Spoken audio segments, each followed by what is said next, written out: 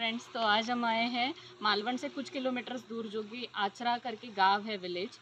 उधर एक कांदड़वन सफारी मतलब मैनग्रोव सफारी करके है, जो कि वाडेकर काका मैनग्रोव सफारी करके यहाँ पे एक छोटा सा सफारी है। तो हम लोग वहाँ पे एक्सप्लोर करने के लिए आए हैं। तो यहाँ से हम लोग अभी बोट पकड़ेंगे और मैनग्रोव्स का सफारी स्टार्ट करेंगे। चालत जायचं आम्ही चाललो कांदळवन सफारी जायचं।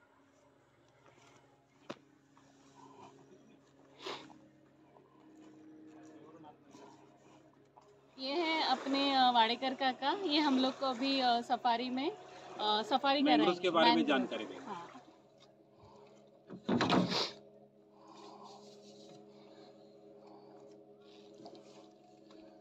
आपण बोटीत बसतो तो मालवण तालुका आहे, त्या साईडला गेला की देवगड तालुका। त्या खाडीमुळे दोन तालुक्याचं विभाजन झालेलं आहे। आणि आम्ही राहतो ते ऍक्च्युली बेट आहे, चारी बाजूने पाणी आहे। 1985 च्या नंतर एक छोटंसं पूल झालं। पूर्वी चारी बाजूने आमच्या लाकडाच्या होड्या होत्या, त्याने प्रवास असायचा। मग मालवणी भाषेत पुराला हौर म्हणतात। मग आम्ही जेव्हा स्वतः शाळेत असो, लहान होतो, तर शाळेत जायचो तेव्हा पूर नाही आला तरी शाळेत जाऊन सांगायचो गुरुजीने हौर इलो हा, हौर म्हणजे पूर, बाढ़। हमारा यहाँ से अभी जर्नी स्टार्ट हो रहा है। बहुत मस्त लग रहा है यहाँ पे।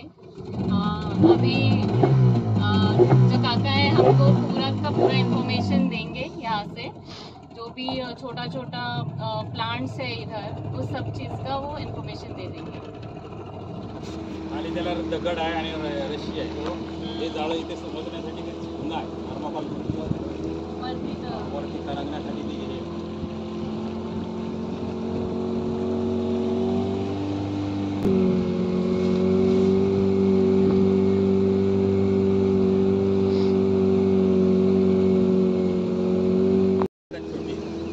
कोयतीने तोडून त्याच्यातलं आतलं मांस असतं ते काढतात, त्यांना कालवं म्हणतात, ऑयस्टर। खाली पण पाण्यात पण मोठी खडकं असतात, त्यांना पण अशी कालवं लागतात, ऑयस्टर। आणि त्याच्यात स्वाती नक्षत्राचे काळ वाळूचा एक कण गेला तर नैसर्गिक मोती तयार होतं, 1 लाखातून एखाद्या। आता त्याची चीन, जपान, ओरिसावाले शेती करतात। आणि सगळ्या जर ऑयस्टरमध्ये, कालवांमध्ये सगळ्यात जर मोती तयार झालं असतं तर किनाऱ्याजवळची लोक कोणच गरीब नाही राहिली असते। 1 महिना काढलं असतं आणि सगळेच गेली असते फिरायला कुठेतरी, सगळे ऑयस्टर। हा बगळा आहे, तो पुढे आहे, तो ग्रे हेरॉन आहे। राखी बगळ्याची एक प्रजाती, मोठा बगळा दिसतो, ग्रे हेरॉन, राखी बगळ्याची एक प्रजाती। आणि एस आकाराची मान केली आहे बगळ्याने।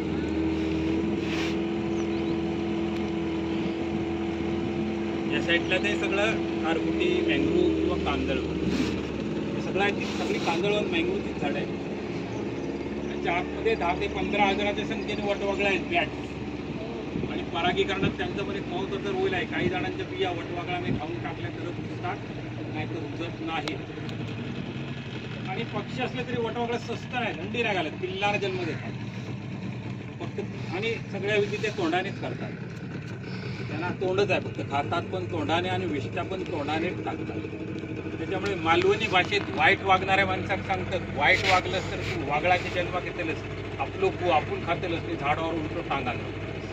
कदाचित शीर्षासन करण्याची कला, खाली डोकं वर पाय, आपण त्यांच्याकडूनच घेतली असेल। आणि हे कावळे, साधे ह्या कावळ्याने सुद्धा स्वीडन सरकारने साफसफाईचं ट्रेनिंग दिलं आणि त्यांच्याकडून रस्त्यावर पडलेली सिगारेटचे तोटके, प्लास्टिकचे तुकडे ते उचलून घेतात, कावळे एका टीनमध्ये टाकतात आणि त्यांना थोडंसं ते अन्न देतात स्वीडन सरकार।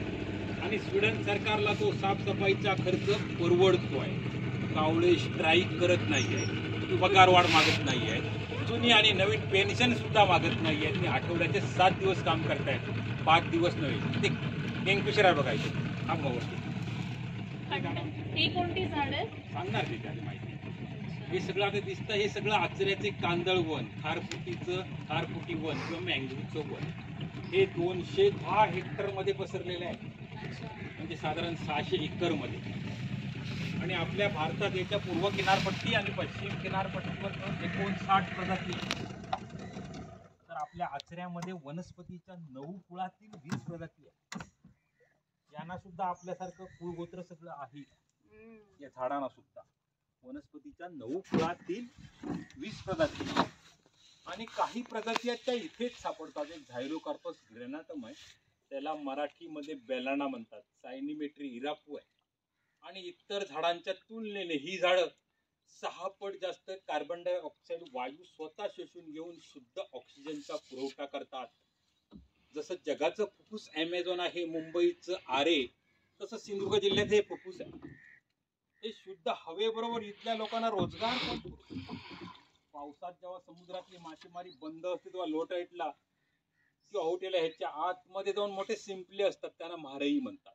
खेकडे असतात, त्याच्यावर इथल्या लोकांचं उदरनिर्वाहाचं साधन चालतं. त्यांच्या पानात पण माशांचं अन्न आहे, ग्लुकोज आहे, प्रोटीन आहे. जवळजवळ समुद्रातले 80% मासे या झाडांच्या पानात मिळणारे अन्न, सुरक्षित ठिकाण आणि या झाडांची सावली. म्हणून समुद्रातले 80% मासे इथे येऊन पिल्लांना जन्म देतात किंवा अंडी घालतात. त्याच्यामुळे खऱ्या अर्थानं मँग्रुव्ह हे माशांचं सुद्धा जन्मस्थळ किंवा पाळणाघर असं म्हटलं जातं. या पूर्ण वाढीच्या मँग्रुव्हच्या झाडाला जमिनीत 10,000 मुळं आहेत. एक एक झाड 3 ते 4 गुंठे जमीन व्यापून ठेवते. त्याच्यामुळे मोठमोठी वादळं, पूर, महापूर, भूकंप, सुनामी, त्याची किनाऱ्याची धूप होण्यापासून आणि किनाऱ्या जवळच्या लोकांची सुरक्षितता राखण्याचे महान कार्य ही झाडं करतात.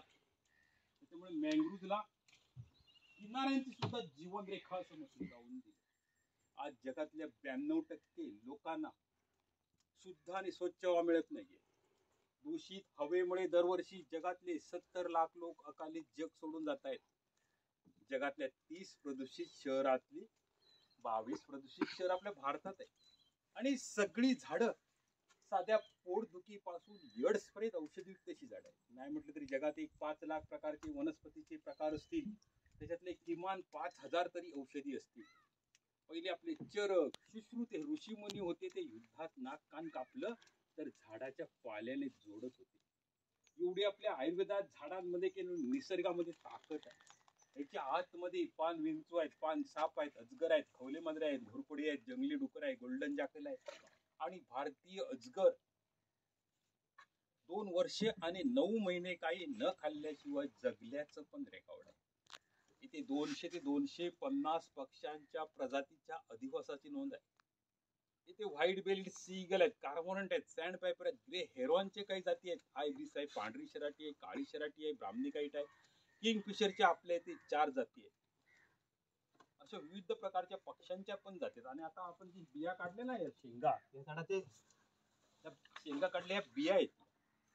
आणि निसर्गाने याची अशी रचना केली आहे की खालून त्या टोकदार आहेत, वरून जम तयार होऊन खाली पडल्या की चिखलात रुततात किंवा जमिनीत रुततात आणि परत झाड तयार होतं.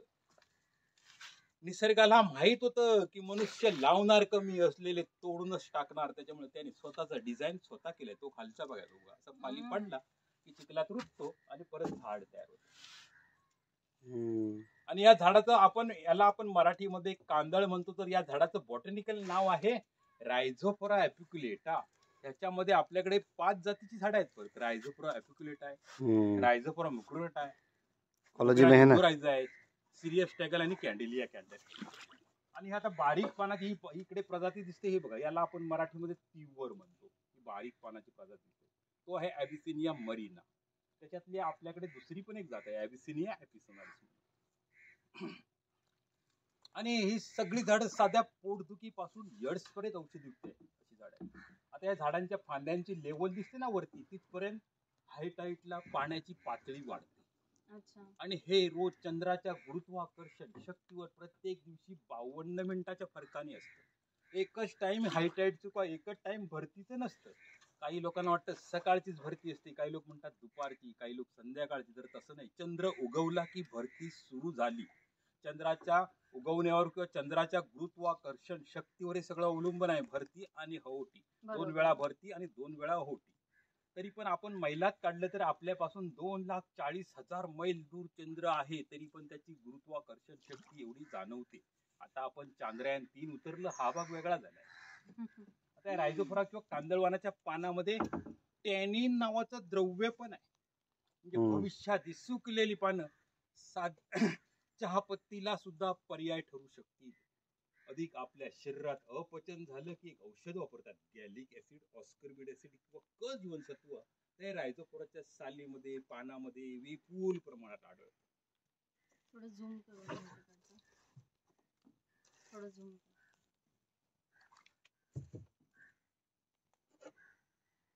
अशा टाईपचे आतमध्ये शिंपले असतात, त्याच्याशी मोठे. यांना म्हाराई म्हणतात. आता डेमो आहे तो आपल्याकडे ठेवलेला, काल काढला होता. याला म्हाराई म्हणतात. याच्याशी मोठी होती. हे पावसातच जास्त मिळतात. हे याच्यावरच इथल्या लोकांची अर्थव्यवस्था अवलंबून आहे. पावसात ती काढतात, विकतात. आणि इकडे कुर्ल्या बिर्ल्या पण भरपूर असतात इथे. आणि ह्यांचे हे माशांचं जन्मस्थळच आहे किंवा पाळनागर. हे पूर्ण माशा ह्याच्या पानात पण ग्लुकोज आहे, प्रोटीन आहे. त्याच्यामुळे जवळजवळ समुद्रातले 80% मासे या झाडांच्या पानात मिळणारे अन्न, सुरक्षित ठिकाण आणि या झाडांची सावली, म्हणून 80% मासे इथे येऊन पिल्लांना जन्म देतात किंवा अंडी घालतात. त्याच्यामुळे खऱ्या अर्थानं मँग्रुव्ज हे माशांचं सुद्धा जन्मस्थळ किंवा पाळनागर असं म्हटलं जातं. त्या पूर्णवाडीच्या मँग्रुव्जच्या झाडांना जमिनीत 10,000 पर्यंत मुळं आहेत. एक एक झाड 3 ते 4 गुंठे जमीन व्यापून ठेवतं. त्याच्यामुळे मोठमोठी वादळं, पूर, महापूर, भूकंप, सुनामी याची किनाऱ्याची धूप होण्यापासून आणि किनाऱ्या जवळच्या लोकांची सुरक्षितता राखण्याचे महान कार्य ही झाडं करतात. त्याच्यामुळे मँग्रुव्जला किनाऱ्यांची सुद्धा जीवनरेखा असं म्हटलं जातं. आपल्या 0 पासून 50 वर्ष वयाच्या माणसाला विकत घ्यायचा झाला तर 7 कोटी रुपयाचा ऑक्सिजन लागतो. आज आपल्याला निसर्ग किंवा ही सगळी झाडं मोफत पुरवत आहेत. कोरोना काळात केसापेक्षा पण 900 पट बारीक जो विषाणू त्याने अख्ख्या जगाला ऑक्सिजनचे काय ते महत्व समजावून दिलं. आज जगातल्या 92% लोकांना शुद्ध आणि स्वच्छ हवा मिळत नाहीये. दूषित हवेमुळे दरवर्षी जगातले 70 लाख लोक अकाली जग सोडून जात आहेत. जगातल्या 30 प्रदूषित शहरातली 22 प्रदूषित शहरं आपल्या भारतात आहेत. आणि सगळी झाडं साध्या पोटदुखीपासून एड्सपर्यंत औषधयुक्त झाड आहेत. नाही म्हटलं तरी जगात एक 5 लाख प्रकारचे वनस्पतीचे प्रकार असतील. त्याच्यातले किमान 5000 तरी औषधी असतील.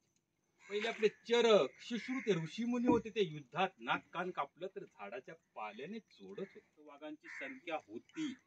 आता आपण प्रचंड जंगल तोड केली, सिमेंटची सगळी जंगल केली. त्याच्यामुळे वाघांची सध्या 2800 ते 3000 एवढी संख्या आहे. वाघांना सध्या म्हणजे आपल्या वस्तीत घुसतायत किंवा आपल्या शहरात येतात. म्हणजे वाघांची आपण सगळी निवासस्थानेच नष्ट केली, जंगलात नष्ट केली. त्याच्यामुळे वाघांची सध्या नटसम्राट सारखी स्थिती झाली आहे. कुणी घर देता का घर, म्हणून ते आपल्या वस्तीत किंवा शहरात येत आहे. वाघांकडे आधार कार्ड पण नाही आहे. म्हाडाच्या किंवा सिडकोच्या घरासाठी फॉर्म भरतील. 20 प्रदूषित शहर आपल्या भारतात आहेत. मग समृद्ध पर्यावरण किंवा भारतातल्या प्रत्येक नागरिकाला जर चांगली हवा पाहिजे असेल तर भारतातल्या प्रत्येक नागरिकाच्या वाट्याला किमान 422 झाडांची गरज आहे. पण दुर्दैवाने मोठी तफावत आहे. प्रति हेड किंवा प्रति मानशी फक्त 24 झाडच येतात. भारतात दरवर्षी सरासरी 7 अब्ज वृक्षांची तोड होते आहे. भारतात दर दिवशी 3800 कोटी लिटर सांडपाणी नद्यामध्ये आणि खाड्यामध्ये सोडले जाते. आणि जगात दर मिनिटाला 27 फुटबॉलच्या मैदाना एवढी जंगलं कापली जात आहेत. ती झूम नावाची शेती असेल, रोको नावाची शेती असेल, यासाठी ॲमेझॉन सारख्या मोठ्या जंगलांना सुद्धा लोक वणवे लावत आहेत किंवा आगी लावत आहेत. पण आपले मोठे उद्योगधंदे तेच जास्त कार्बन डायऑक्साईड वायू किंवा हवा प्रदूषित करतात. एक मोटर, वीज आणि सिमेंट. एक मोटर गाडी तयार होण्यासाठी साधारण 1.5 लाख लिटर पाणी लागतं. सिमेंट आपल्या वजनाच्या अर्धा पट कार्बन डायऑक्साईड वायू आणि त्याला 2000 पट पाणी लागतं. आपण जी रोज वीज वापरतो ह्यासाठी रोज 15 लाख टन कोळसा जाळतोय आणि ह्याच्यातून 22 लाख टन कार्बन डायऑक्साईड वायू वातावरणात किंवा हवेत सोडतो. ह्या प्रक्रियेला जवळजवळ 60,000 कोटी लिटर पाणी गरम करून परत नद्यामध्ये सोडतो. हे झालं रोजचं. आणि मानवी जीवनात जंगलाला एवढं महत्व आहे की वनही जल है, जलही रोटी आहे आणि रोटी ही जीवन आहे. जंगलामुळे पाऊस पडतो, पावसामुळे शेती किंवा अन्नधान्य पिकतं आणि अन्नावरच आपलं सगळ्यांचं जीवन चालतं. आपल्या भारतात पाऊस सुद्धा बऱ्यापैकी पडतोय. भारतात सरासरी 1068 मिलीमीटर पाऊस पडतो आणि त्यापासून 4000 क्युबिक मीटर पाणी तयार होतं. आणि इस्रायलमध्ये फक्त 100 नाही तर 150 मिलीमीटर पाऊस पडून ते जगातली 1 नंबरची शेती करून स्वतःला पाणी वापरून पाण्याची निर्यात करतात. ते मॅडम रुपवली तरी लागेल. ते शेंगवण्याचे नाव इथे टाकू नका, असं थोड्या हातीने प्रेस करा. ओके, हां हां हां, ओके, होणार सरळ ते आपण.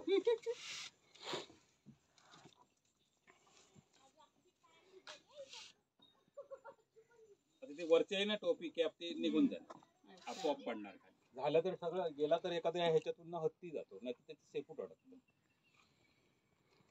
एवढं काळोख नाहीत ना एवढं हे असं याच्याशी जीवाशी असं बेफिकीर हे करून खेळून चालणार.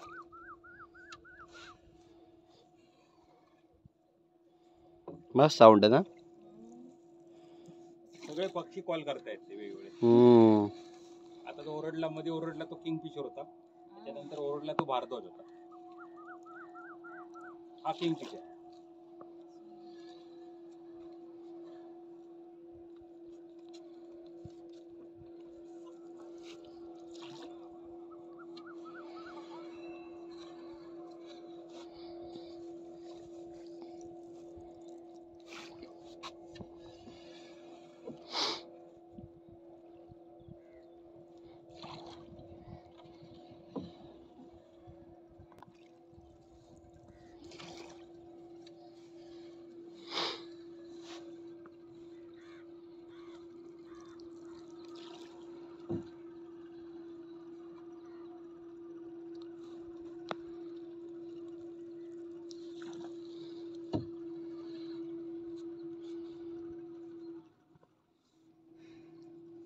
बहुत अच्छा प्लेस है यहाँ पे। जो हम लोग ने अभी मैनग्रोव्स देखा, अगर हम आयुर्वेदा से रिलेट करते हैं तो सारा का सारा जो मेडिसिनल प्लांट्स है वो मैनग्रोव्स में हमें मिल जाता है। तो अंकल ने हमें बहुत अच्छा इन्फॉर्मेशन दिया है। तो हम एक बहुत ही प्यारा सा यहाँ से संदेश लेके जा रहे हैं आज घर पे, शाम के 6 बजे। और यही संदेश है सबके लिए है कि जितना हो सके उतना पेड़ लगाओ। हमारे आजू बाजू जो एनवायरनमेंट है इससे ही हम जुड़े हुए हैं, तो इसे प्लीज़ गंदा करो, कभी भी प्लास्टिक इधर उधर मत फेंको। ये प्लांटेशंस हमारे लिए बहुत ज़्यादा ज़रूरी है, हम इनसे जुड़े हुए हैं। तो जितना हो सके उतना पेड़ लगाओ, save trees and save water. Malvani भाषेत त्याला नस्त म्हणतात. नस्त म्हणजे तोंड. आणि ही आचरा खाडी आहे, हिचा उगम आहे पोंड्या घाटामध्ये. उभादेवीचं एक मंदिर आहे, त्या खाडीचा उगम. म्हणजे जिथपर्यंत समुद्राचं खारं पाणी जाते ती खाडी आणि त्याच्या पुढची नदी. अर्ध हिचं नाव आहे आचऱ्याची खाडी आणि अर्ध नाव आहे उवाई नदी. सिंधुदुर्ग जिल्ह्यामध्ये अशा एकूण 12 खाड्या आहेत. त्या सगळ्या पूर्वेकडे उगम पाहून पश्चिमेकडे अरबी समुद्राला मिळतात. फक्त सिंधुदुर्ग जिल्ह्यात एकच अशी नदी आहे आंबोलीला, हिरण्यकेशी. तिचा उगम आहे पश्चिमेकडे आणि पूर्वेकडे पार ते कर्नाटकात वाहतात. या बोटी आहेत ना, मासेमारीच्या बोटी आहेत या अँकर टाकून, असं पुढे आपल्या अँकर आहे ना तसा अँकर टाकून थांबवलेले आहेत. आणि छोट्या बोटीने इकडे येतात आणि मासेमारीला घेऊन जातात. जर कडेला लावून ठेवल्या तर लो टाईटला जमिनीवर पडतील आणि किती ताकद लावली तरी त्या निघून जाणार नाही. हा अँकर बोटीला थांबवतो आणि प्रेझेंटेशन करणारा अँकर माणसाला थांबवून ठेवतो. दोघांचं पण कार्य एकच, थांबून ठेवायचं, कुठून जायला द्यायचं नाही कोणाला. अँकरिंग. या मोठ्या बोटी आहेत त्या खोल समुद्रात 8 दिवस थांबतात. त्यांना पर्ससीन किंवा पर्सन नेट बोट म्हणतात.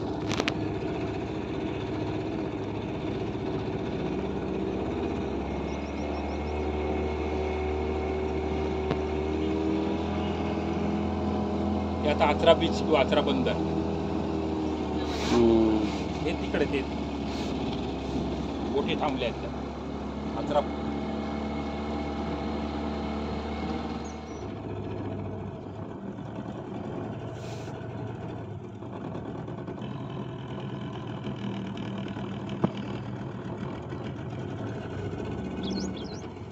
वाळू आहे ही आचरा बीच. बीच वाळू आहे त्या बाजूने आपण चालत गेलो तर आपल्याला मालवण, वेंगुर्ला, गोवा लागेल. या साईडला या डोंगराच्या साईडने गेलो तर देवगड, रत्नागिरी, जयगड, मुंबई लागेल. आणि आपण आहे तशी सरळ गेलो ना समुद्रात तर आपण पण कोलंबस सारख्या एकाग्र्या देशाचा शोध लावू किंवा केप ऑफ गुड ऑफला वळसा मारून डायरेक्ट बर्मुडा ट्रॅंगलला पण जाऊ शकतो. अलास्का. हे आपल्या समुद्रात 4 प्रकारची कासव आहेत. ऑलिव्ह रिडले आहे, हॉक्सबिल आहे, ग्रीन टर्टल आणि लेदर बॅग. कासवांच्या जगभरात लेदरबॅगचा आकाराने षटकोनी असून वजन असतं 700 किलो.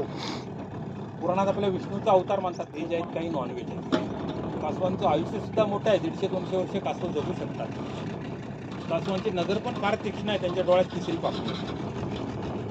कासव एका टायमाला 100 ते 120 अंडी घालतात. अंड्यातून 52 दिवसांनी पिल्लं बाहेर येतात. कासवांच्या पाठीपासून दागिने पण तयार होतात आणि ढाली पण तयार होतात.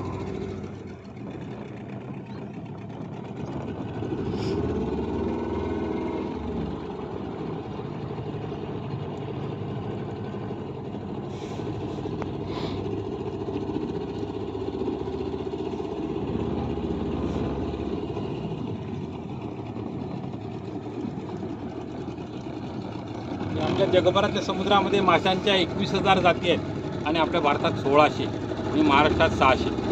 450 खाऱ्या पाण्यातील आणि 150 गोड्या पाण्यातील. पण बऱ्याचशा माशांच्या प्रजाती ग्लोबल वॉर्मिंग, तापमान वाढ आणि बेसुमार मासेमारी यांच्यामुळे लोप पावल्या किंवा नष्ट झाल्या. पहिले आपल्या पूर्वजांच्या काळात मासेमारीवर कंप्लीट 4 महिन्याची बंदी होती. आता ती यमदम 2 महिने आहे. अधिक आपले पूर्वज, अधिक मास, श्रावण व आठवड्यातून 2-3 वेळात मासे खायचे माशांचे पुनरुत्पादन जास्त होण्यासाठी. आता जगातले जवळजवळ 80% लोक सी फूड यूज करतात. यात सिंधुदुर्ग जिल्ह्याच्या किनारपट्टीची लांबी आहे 121 किलोमीटर. महाराष्ट्र राज्याच्या किनारपट्टीची लांबी आहे 720 किलोमीटर.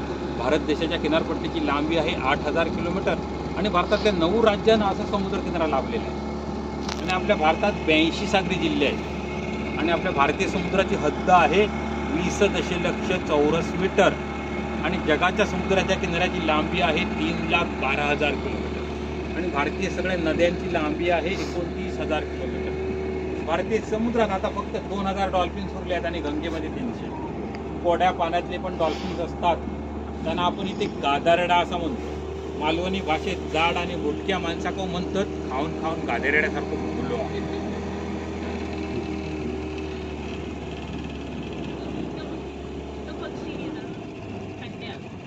हो, आपण आता मगाशी थांबलो होते ते सगळं खोल पाणी आणि त्याच्या ज्या लाटा दिसत होत्या मोठ्या तिकडे उथळ पाणी आहे. त्याच्यामुळे आपल्या मराठीत म्हण आहे, उथळ पाण्याला खळखळाट फार.